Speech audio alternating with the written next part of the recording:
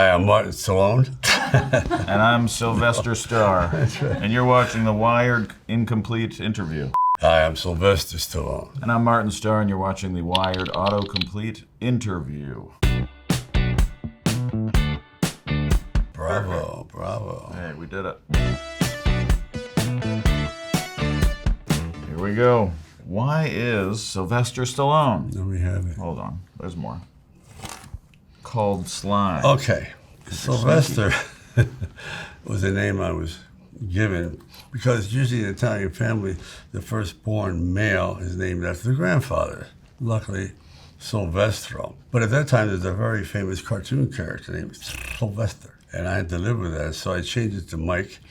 And then I walked around in New York for a couple of years as a total unknown. I said, well, I might as well be unknown Sylvester, because at least you're going to remember that name. So we went back and did Sly, juxtaposition the L and Y, and luckily there was a great singer named Sly and the Family Stone. Yeah. So I just borrowed it permanently. Who does Sylvester Stallone support football?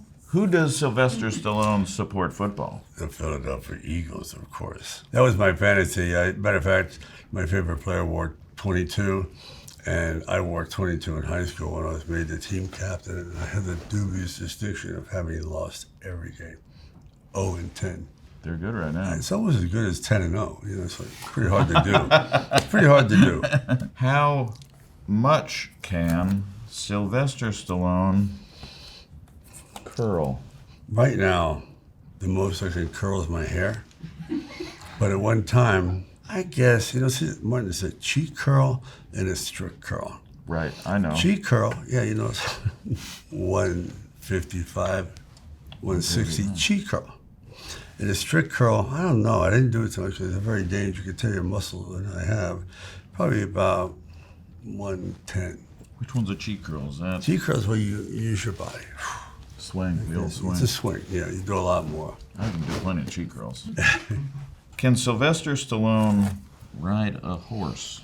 Yeah, that's one thing I can do. I started out riding very, very early and riding very cantankerous horses because my father used to buy horses like for $35, $40. So I learned to ride on that. At one time, I wanted to be a professional equestrian. That was my goal.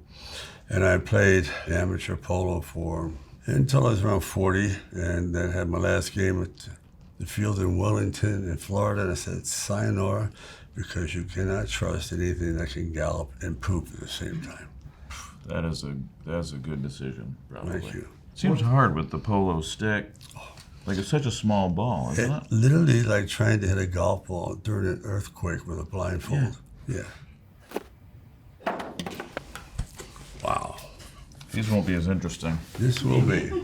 How did Martin Starr get his start? I got lucky. That's how it happened. I didn't hustle probably as hard as you had to. I got real lucky. I got a TV show at 16 and then At 16. off to the races. Yeah. Wow, very good. How old was Martin Starr when? And Freaks and Geeks, 15 years old. Stop. You were when you did Rocky. How old were you? I was right, like 29 3/4. I was right at the Quarters. you were even 30. You were down. counting the quarters then. Yeah, for sure. I appreciate that. Who did Martin Starr play in Superbad? One of the cokeheads. You guys ever heard of cocaine? I can see why they cast you because you speak so quickly. Yeah. Okay, Martin Starr. Hey, look at us, huh? Going to the chapel and we're going to get... What does that mean? People are Googling us. Really? Yeah. Well, we appreciate it. We do, and we have a big surprise coming your way September 21st. Come and get it. Here we go. What is Tulsa King about with Sylvester Stallone? Do we have a week? First of all, the first season was, I do a big favor. I'm in prison for 25 years, expecting to be rewarded when I get out. Instead, I'm banished to Tulsa, which I have no idea who's there.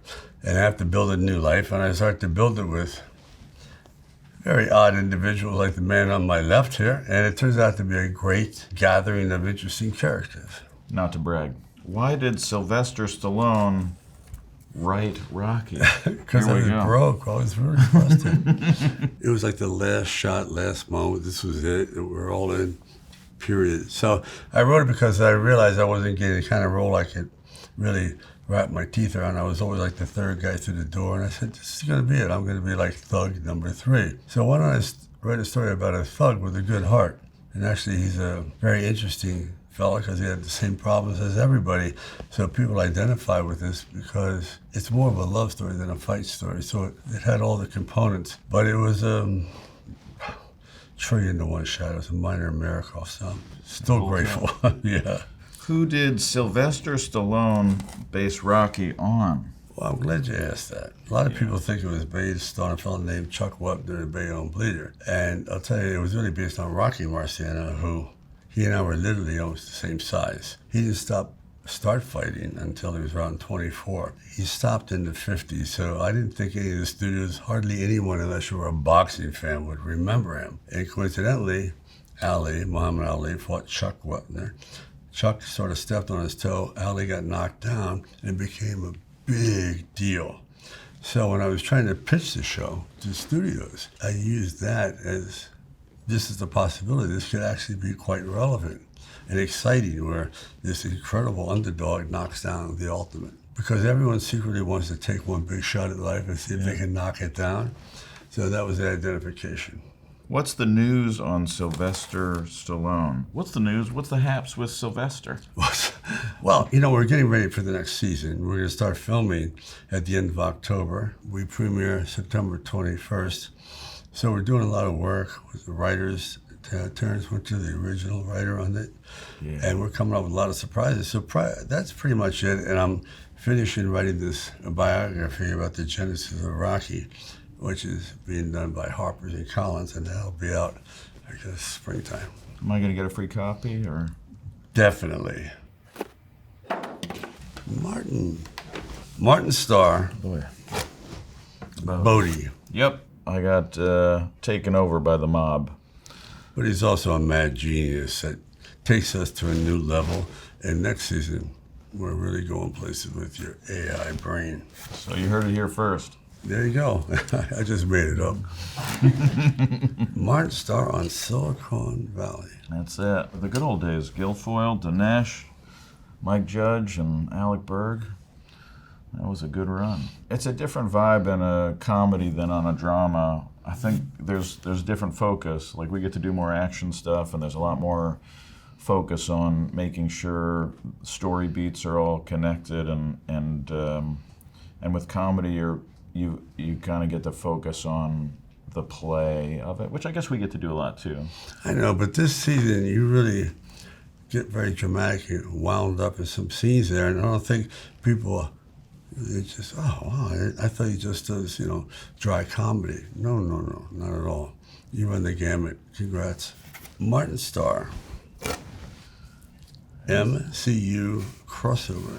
I was in Spider-Man, and then technically I was also in the Hulk. Kevin Feige once said that the two characters were connected, but I don't necessarily understand how that is, but I respect his overall view of the MCU world, so I won't disagree with him. But I played a pizza man in Hulk, and then played a teacher in Mr. Harrington in Spider-Man. That's the full spectrum, man. Hey, I've had a good run. Martin Starr. Glow up. Glow up. TBD. We're still working on it. It'll happen, but patience. I appreciate your patience. What is it? Glow up is like when you go from being very unattractive to then all of a sudden you're now attractive. Oh, okay. So we're working our way there. I think you're getting taller every episode. Just saying. Yeah, no, I'm adding vertebrae in. All right, Sly, did you have fun? Yeah, I did. Good hanging with you.